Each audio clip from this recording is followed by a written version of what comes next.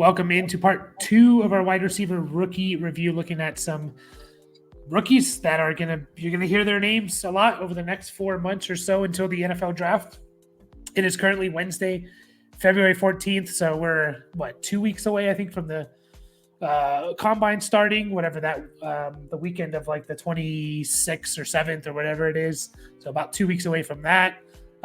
Free agency is going to happen. Dad, you already mentioned moves are being made. Mitchell Trubisky's being dumped, and Lions signing some CFL guys. So action is starting. Super Bowl just ended, and NFL never stops. So this is wide receiver video part 2. If you missed part 1, you should go back and watch it. But we went over 7 receivers, and we went over the 7 receivers according to mock draft database, which updates all the time.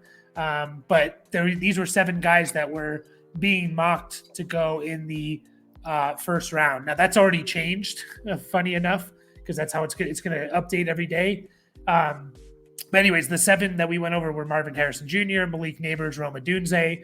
Those 3 are almost guaranteed locks to go, probably top 10. Yep. Yeah, definitely first rounder. Brian Thomas, Troy Franklin are probably as close to locks as first rounders as you can get. And then it's 2 guys who we'll see. Keon Coleman from FSU and Xavier Legette, who, according to mock draft database, has already dropped into the second round. So people have lowered him a little bit. So those 7 we already gone over. Today we're going over 7 more, and all 7 of these guys, actually 6 of the 7, are being mocked as second rounders, maybe fringe first round picks. So we're talking about 13 potential receivers going in the first 2 rounds, which would be a lot. That happened in 2022 with like the Garrett Wilson, Drake London, Olave draft, and it happened in 2020 with like the Justin Jefferson, CeeDee Lamb draft. So it's usually a sign of a pretty good receiver draft. So if you have even late round picks in the rookie mock draft for dynasty, you should be excited because you're going to get a good player. So Dad, any overall thoughts before we get into the specific guys? No, I still see, as I told you, we talked a couple of minutes just before we started, and, these are still, I kind of compared last year. Last year was a bunch of smaller receivers, and, they've all seen, there's a number of them that have worked out in the NFL. All these guys, these, what is it, 14, first group. Now we're in the second group. Well, it'll be 14 total. Geez, everybody's over 6 feet tall, and they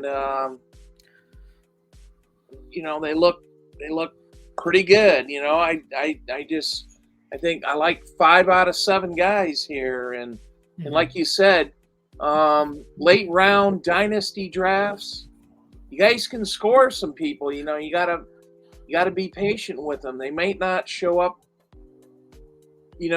till halfway through your rookie year. Just think of all the injuries that happen.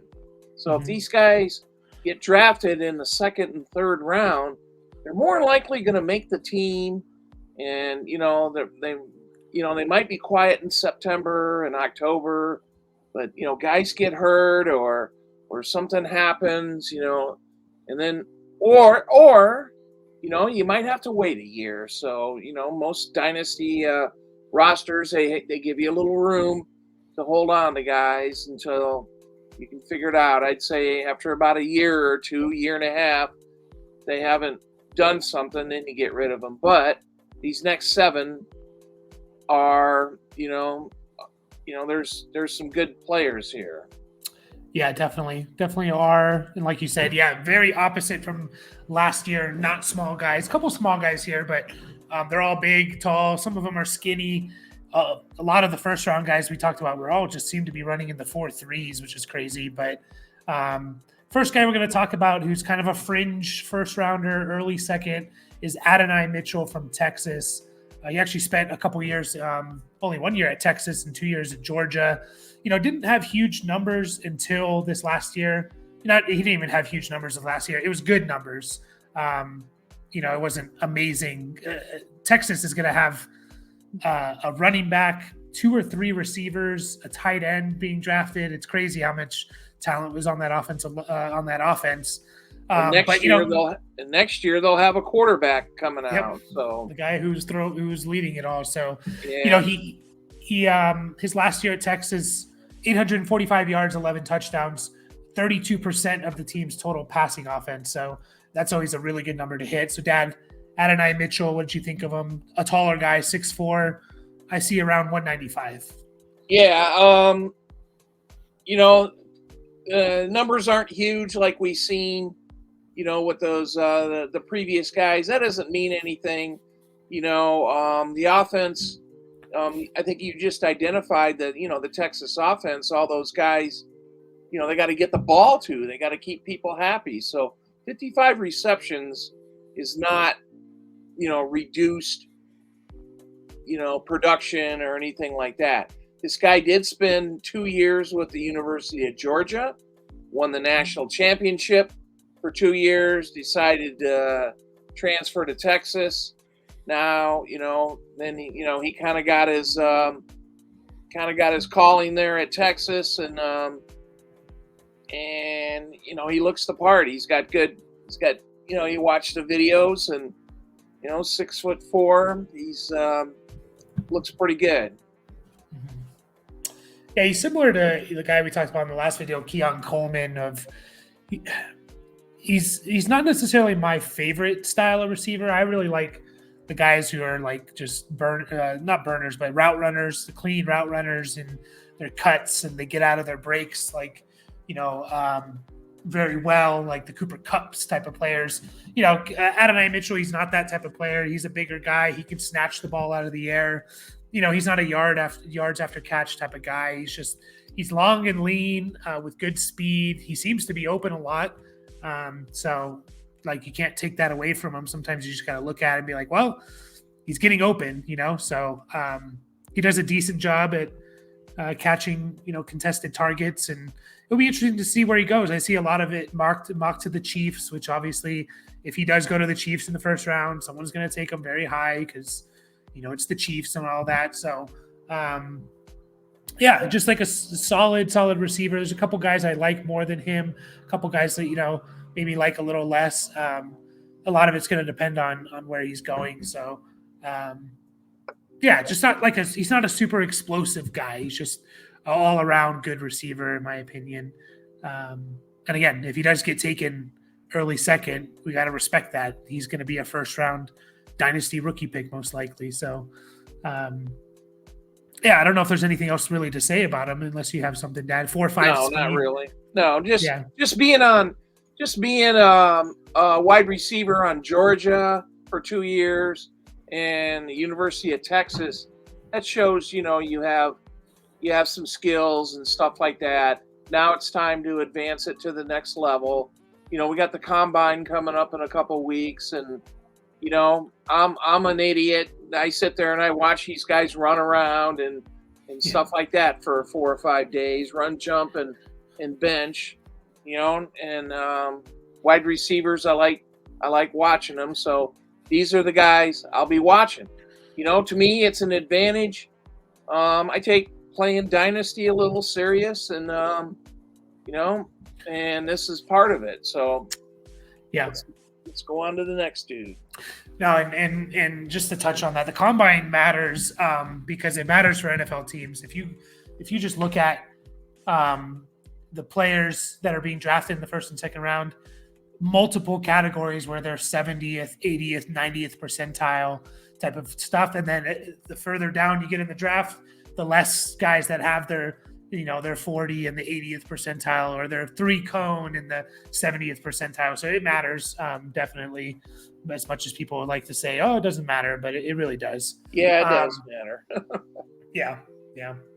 Lad McConkey's the next guy. And again, this is, the surface level look. We're going to get a lot more information on these guys. We're going to look at more games from them, but we're just getting used to them, getting our feet wet, and, guys to listen for here in February. Lad McConkey is a guy who is rising up boards a bit. Went to Georgia, again, a guy, if you just look at his stats, you're not going to see anything that pops out off the screen at all. I think his most yards in a season were 762 yards. Most touchdowns was 7.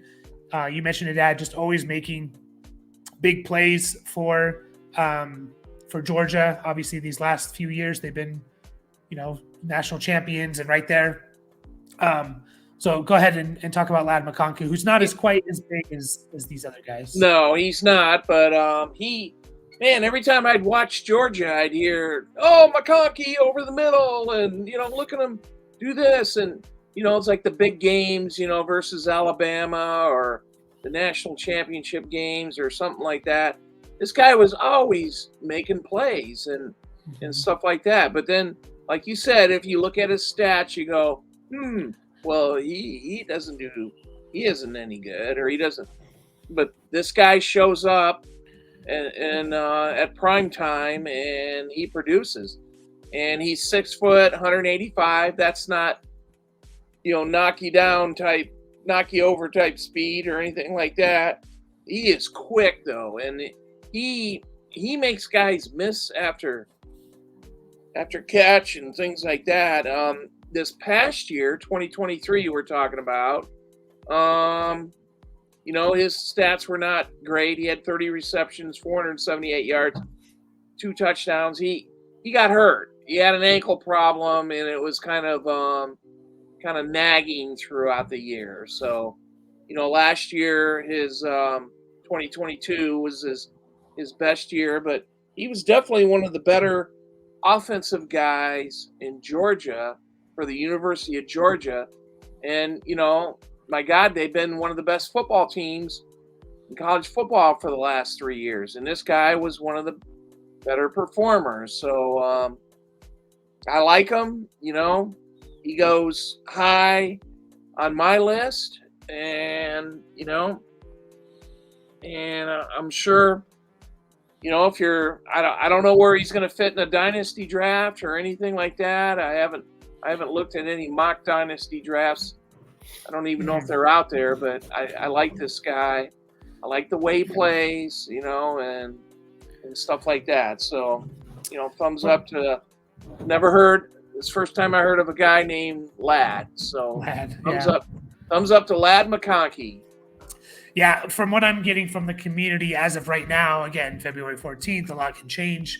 He's a fringe. He's right there at the end of the first round in dynasty rookie drafts. And that's assuming he goes to, again, a big landing spot for him is the Chiefs as well. You're going to expect the Chiefs to be mocked of one of these guys almost in every mock draft, it feels like, right? So, yeah, he feels like one of these guys, like he's going to feel very safe.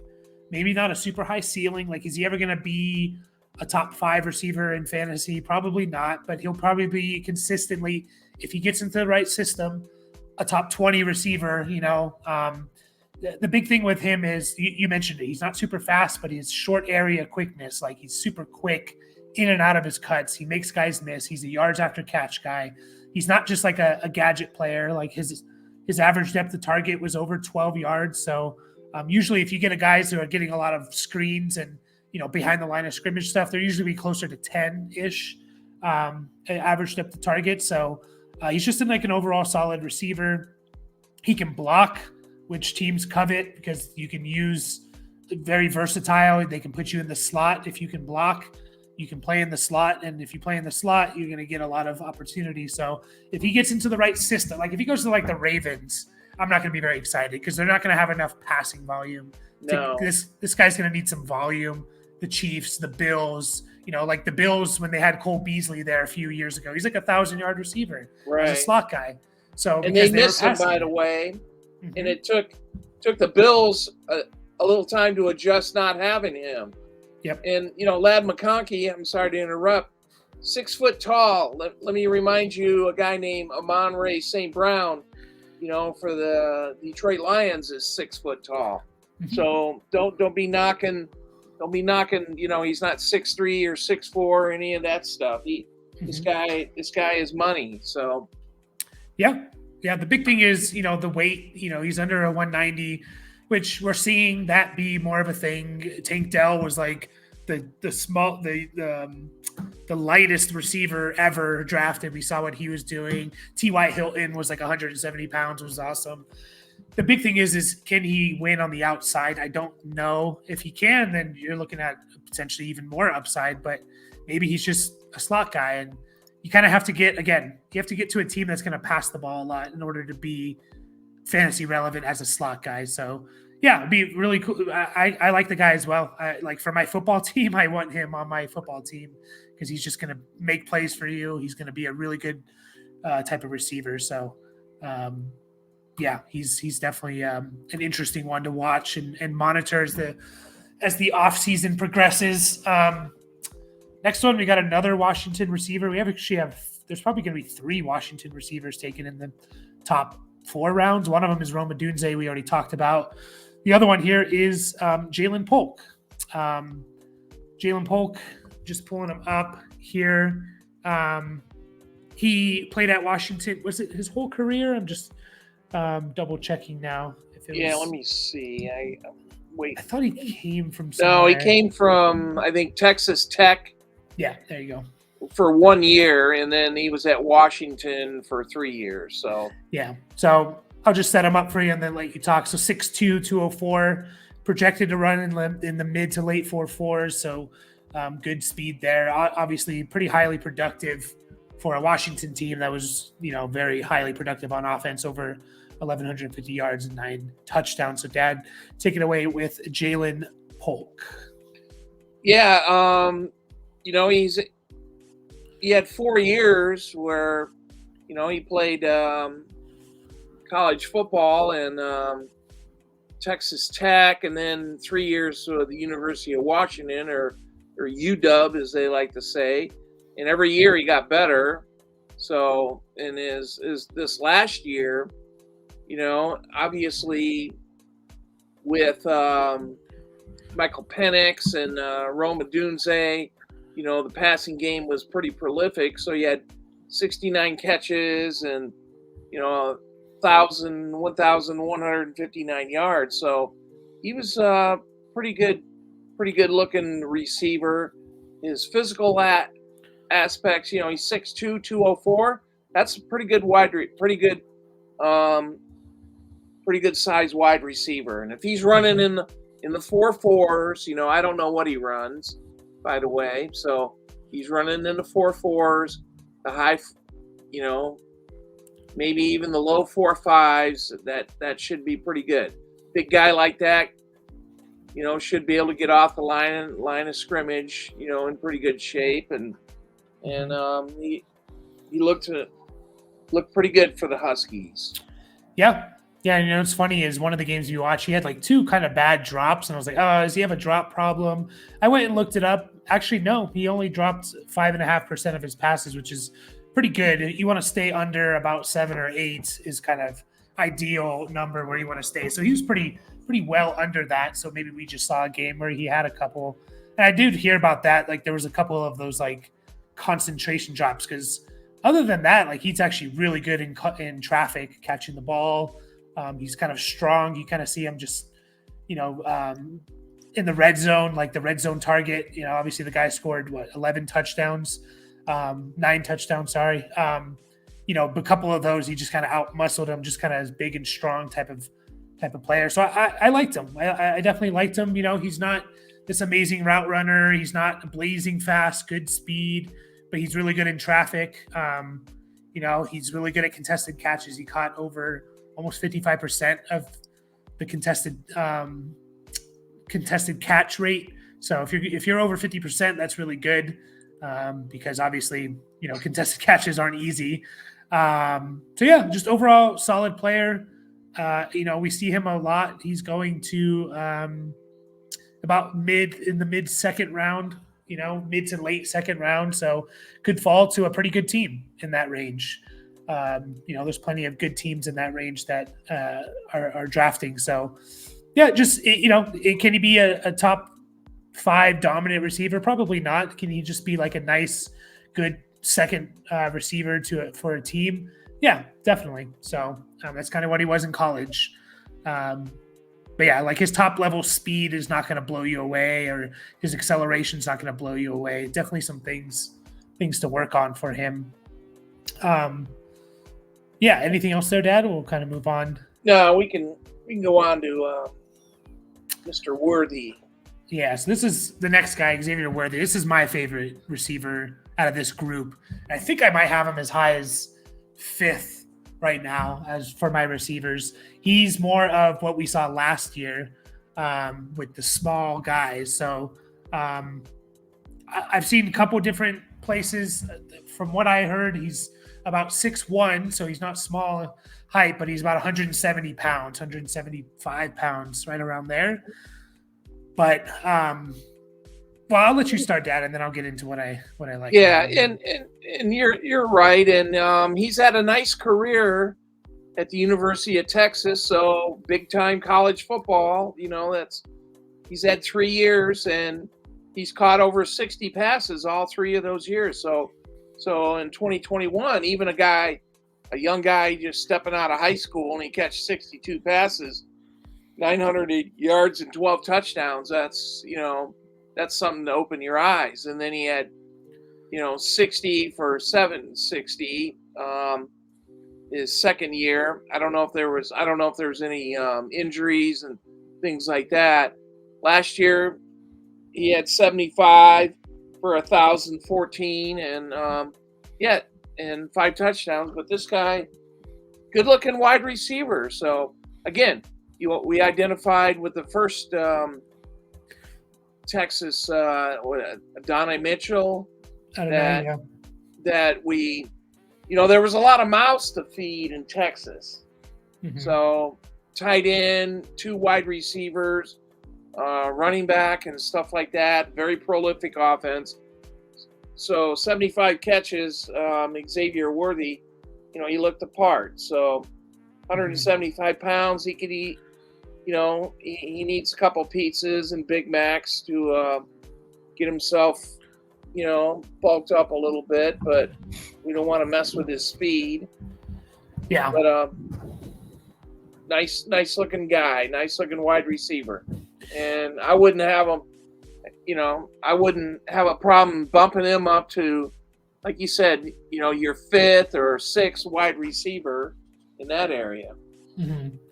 Yeah, he just kind of fits what I like with receivers a little bit more than, the contested catch type of players. Like, again, it's what I liked about Tank Dell last year when we were watching it. And I got influenced a little bit by the size and he's not going to make it. And but no, I think this guy can win on the outside. I love that, like you mentioned, he came in as an 18-year-old and dominated. He had almost 40% of the team's passing production as an 18-year-old. And that's just, again, we talked about it last video. The breakout age is kind of important. Are guys breaking out when they're 18, 19, or they're breaking out when they're 22? It's much easier to do it when you've played 4 years and you're 22 years old. It's a lot harder to do it as an 18-year-old. So you look at the list of fantasy studs over the years, most of them broke out at the age of 20 or under. Now, that doesn't guarantee he's going to be a fantasy stud, but every time, if you just watch his games, the guy's catching the ball and there's no one within 5 yards of him, every time. It's just he's just open, and that is mostly because of him, I think. It's just his route running is great. He's really good speed. I think I was reading he was doing some of the track and field type of stuff coming out of or in high school or maybe in college. I'm not sure. But he has potential for 2 speed or low 4.3s. So all that stuff I love about him. He's just, again, always 5 yards open. Now somebody to pay attention at the combine, what he looks like and what he does. So, if you're looking for somebody special, getting to the special level and stuff like that. So sorry to interrupt. No, you're good. Yeah. And, the things I don't like, to be fair, there's things I don't like, not great at contested catches. We can't just ignore the weight thing. Just because we saw Tank Dell do well at 170 doesn't mean every guy who's 170. There's a reason why these guys are not that common, right? Because you do have to be physical.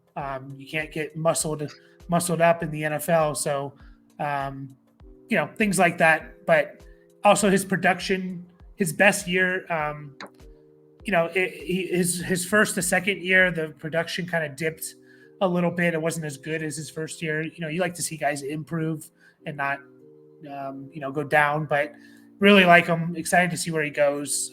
If he gets really good draft capital as well, I could see him going as high as the 109 or 110 in dynasty drafts. So, yeah. Any other things there? We'll move on to the next guy. Now we'll go to the next guy. Good. So the next guy we got. What do we got? 3 more here. Devontae Walker is the next guy we're talking about from North Carolina. So he was Drake May's main guy. He started off at Kent State actually and played this last season. Yeah,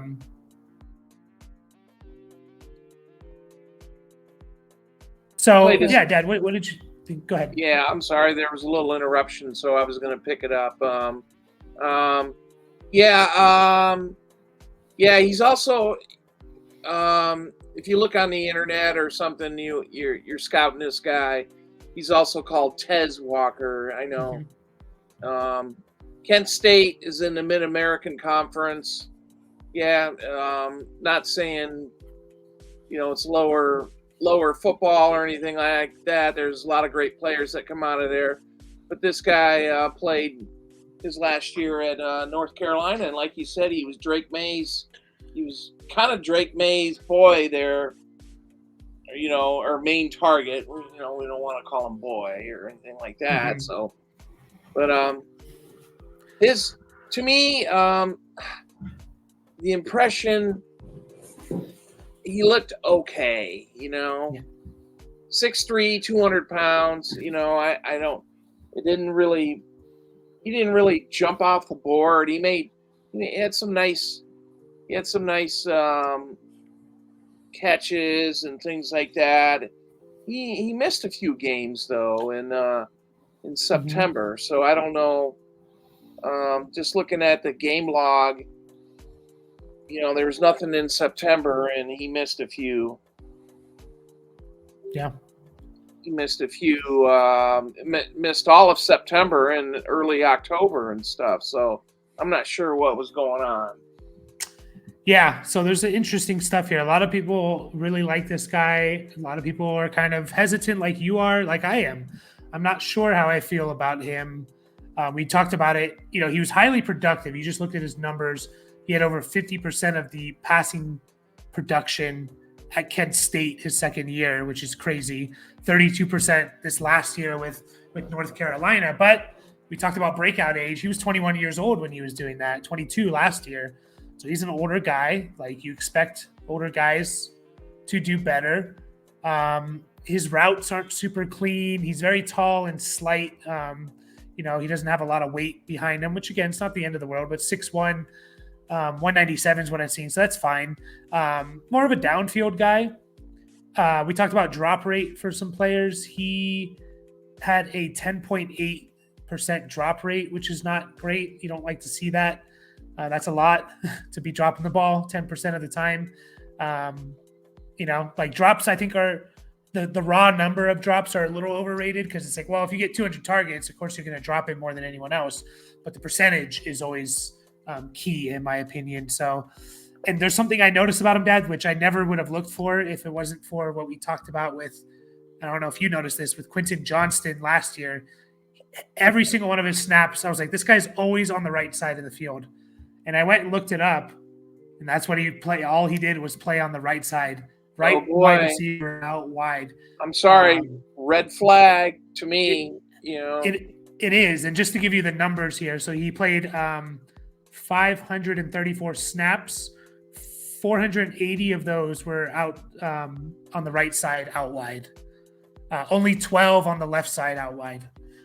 Now, I will say, if you look at the year before at Kent State, he did play on the left side of the field, mostly on the left, actually.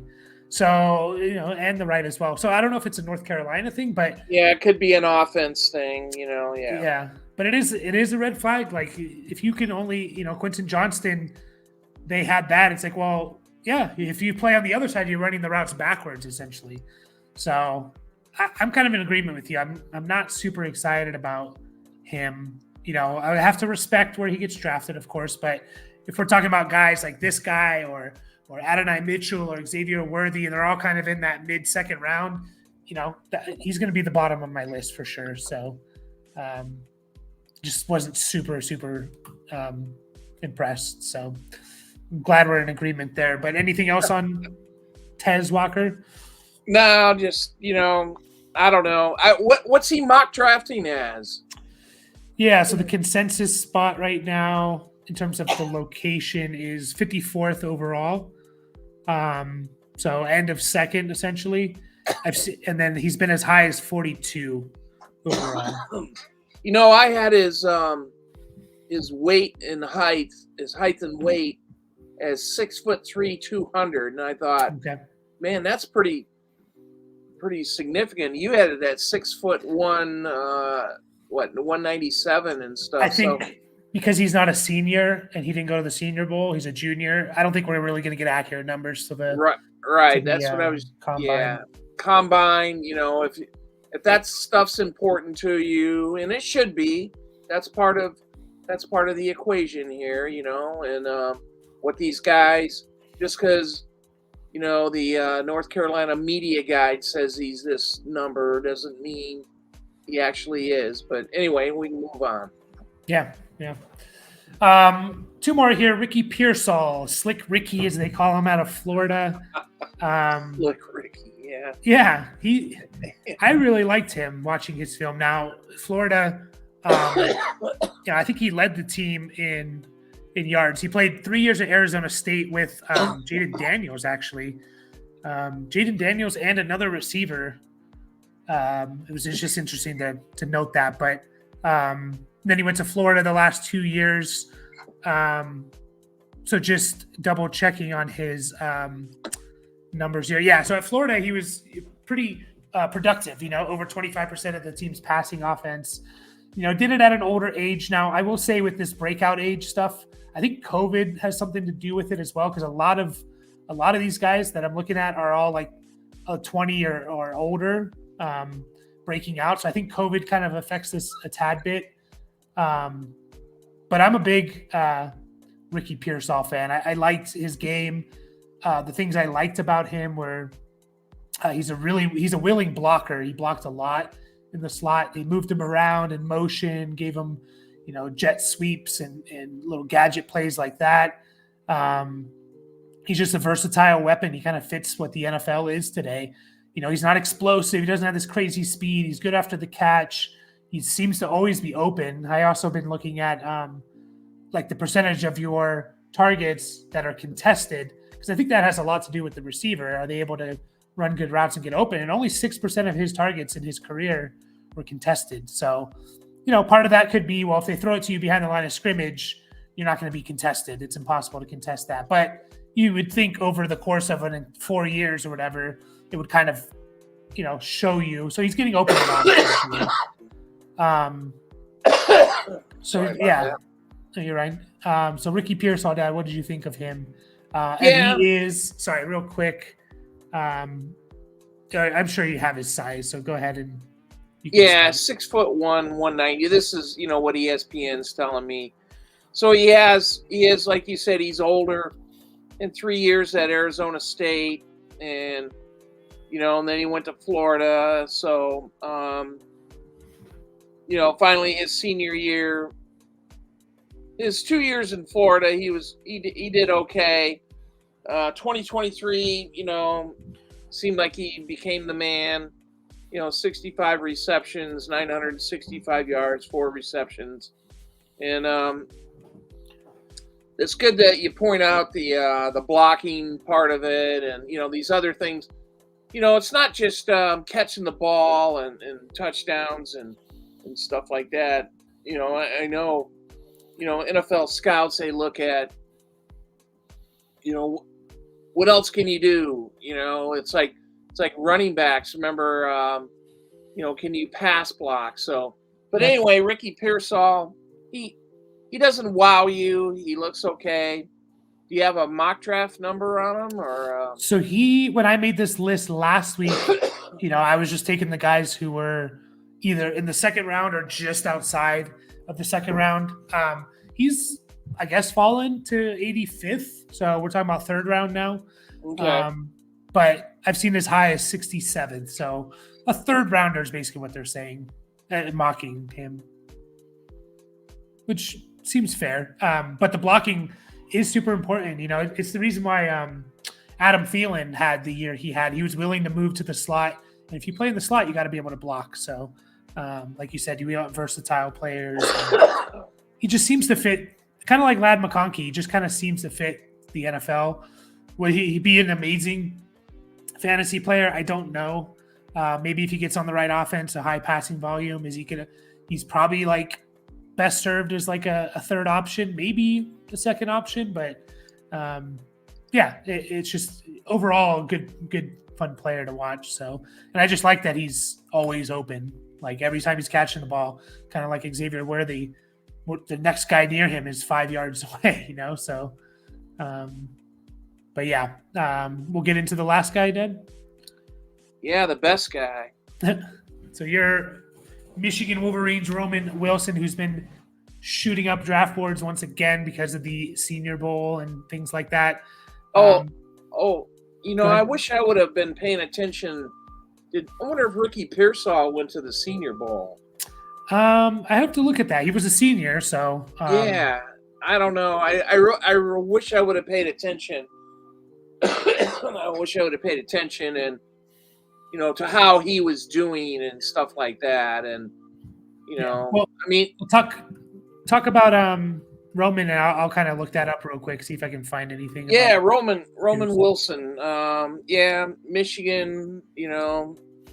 Lions, all that stuff. Detroit is all my sports teams. So, yeah, Roman Wilson. He's kind of been J.J. McCarthy's main wide receiver for the last couple of years. So, if you look at his numbers, they're not huge because.